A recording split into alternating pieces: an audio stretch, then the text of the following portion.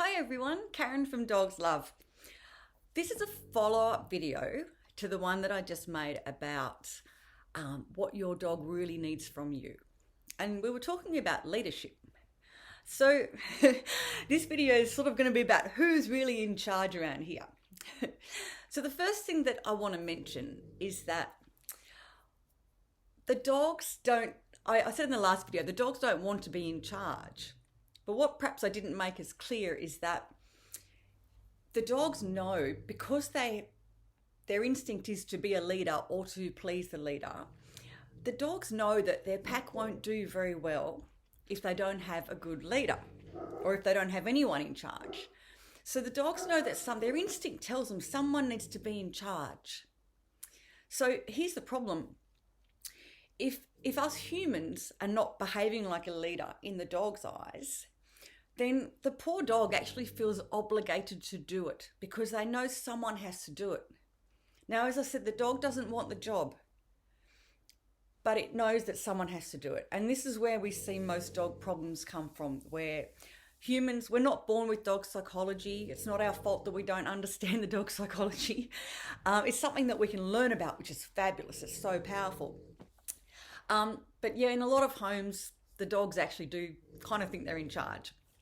And some of the problems that we see with that is things like separation anxiety, jumping all over people, climbing all over the couches, even though you've told them no a dozen times. So I wanted to talk about some of those things.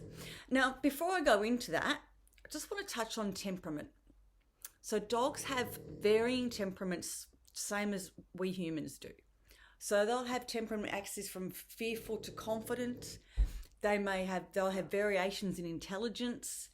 There's sort of some breed specific things might come through. For example, you'll often find that a working dog will challenge you more than some other types of dogs. Often it's just because they're a bit more intelligent. It might be because they've got a more sort of dominant style personality.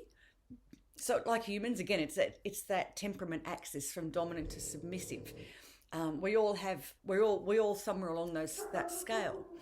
So a lot of people will manage with their dogs without knowing how to exactly be a leader in the dog's eyes. And that's wonderful. That is absolutely fabulous.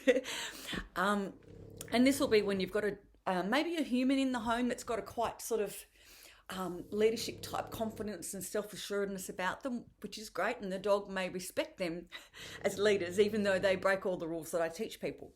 But not all of us can sort of pull that off. So let me talk about just a few things you might see when you've got a problem with leadership in the home. So first off, let's look at from the puppy stage. So puppies will kind of take leadership from anybody because, you know, they're like little kids. As a little kid, you sort of take leadership from your parents. But as you get to be a teenager and your brain development, you know, has gone on that far, you start to sort of push the boundaries, and that's what the dogs do. So as a bit of a guide, at around 6 months of age, the wolves join the hunt. And that gives us a bit of an idea of when they go into that teenage period.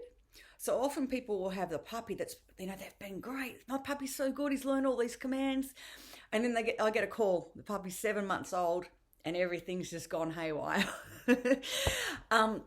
So what's happened is that puppy is now saying, are you really in charge?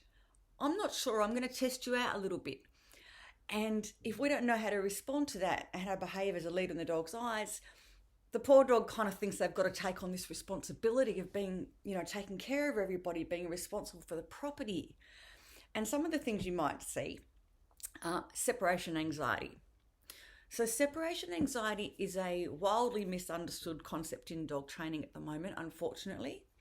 But if you think about a dog that thinks they're in charge, and all of the humans leave the house, so they've left the safety of the pack, the den, the camp, and the dog's shut in the house or in the yard and it can't protect their pack.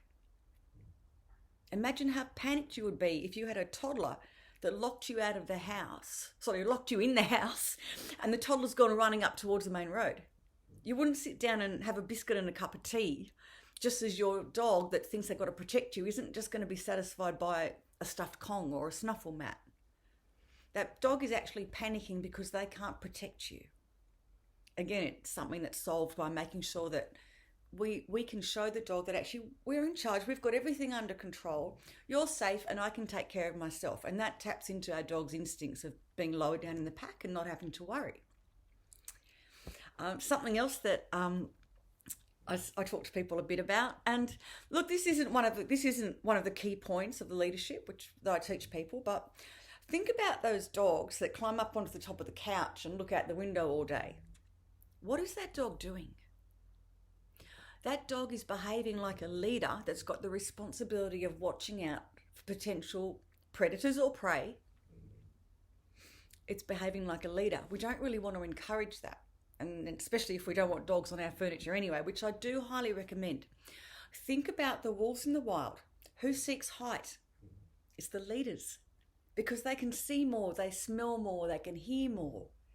So when your dog seeks height, yeah, the couch might be comfy, but that dog's also seeking height. And if we allow it to do that, we're giving it the wrong message. So this is not to say that you can't invite your dog up for cuddles on the couch or the bed, but that's the key difference, that you've invited them. They haven't just gone and done it themselves. Something else that we see is barking at stuff all over the place. So barking at danger, things that the dog thinks could potentially be dangerous. So it's not wrong. So even the lowest wolf in the pack will bark if they think something's dangerous. But then what will happen? The leaders will go and investigate. And if the leaders think it's a problem, of course, they are going to start barking too. The whole pack will join in and the predator will run away. That's the idea. If the leader comes up and is not bothered, you think, oh, just a squirrel, I don't care about that. What are they going to do? Well, they're not going to shout, stop barking, fighter, are they? Because that's just like barking, joining in the barking. They're actually going to look and walk away from it. And that body language, it's so subtle. But our dogs pick up on that. It's like, oh, okay, mum and dad's had a look and they've decided it's nothing to worry about. Very subtle. The other thing that I wanted to give, yes. Food. I see a lot of posts on Facebook about dogs leaving their food. Now, this is kind of a fundamental thing, so I'm not going to give the whole thing away. But think about if a younger wolf has dragged off a bit of a hind leg and he's munched on it and he walked away, how long will it sit there? Not very long, because someone else will get it. Right, so if you're a lower down dog and you walk away from the food, you lose it. But a leader knows that no one's going to steal their food. So if you've got a dog that leaves their food, that dog, maybe they're not hungry, maybe they don't like the food, maybe they've got an upset tummy, but that dog also may be behaving like a leader dog that's saving that as a stash for in case, there's no food for a while. It's really interesting when you look into what these behaviours actually mean to the dogs. That's not always going to be the case. Like I said, dog might not be hungry, dog might not like the food. Now, one thing, the other thing that people see is when they've got an older dog in the home and they've brought in a younger dog, like a puppy, and they've got on really, really well for about 5 or 6 months. And then they've started fighting. Why is this happening? They've been fine and now they're fighting. I'm, worried to leave them alone. What's happening is that younger dog has reached that 6 or 7 months of age and is now saying, I'm not sure that you older dog are a great leader. I'm going to challenge you a bit. An older dog's saying, well, no, I'm in charge here. And that's when you're getting the fighting. And again, that's solved by making sure that the humans are in charge. They don't care about who's second, third, fourth, and fifth.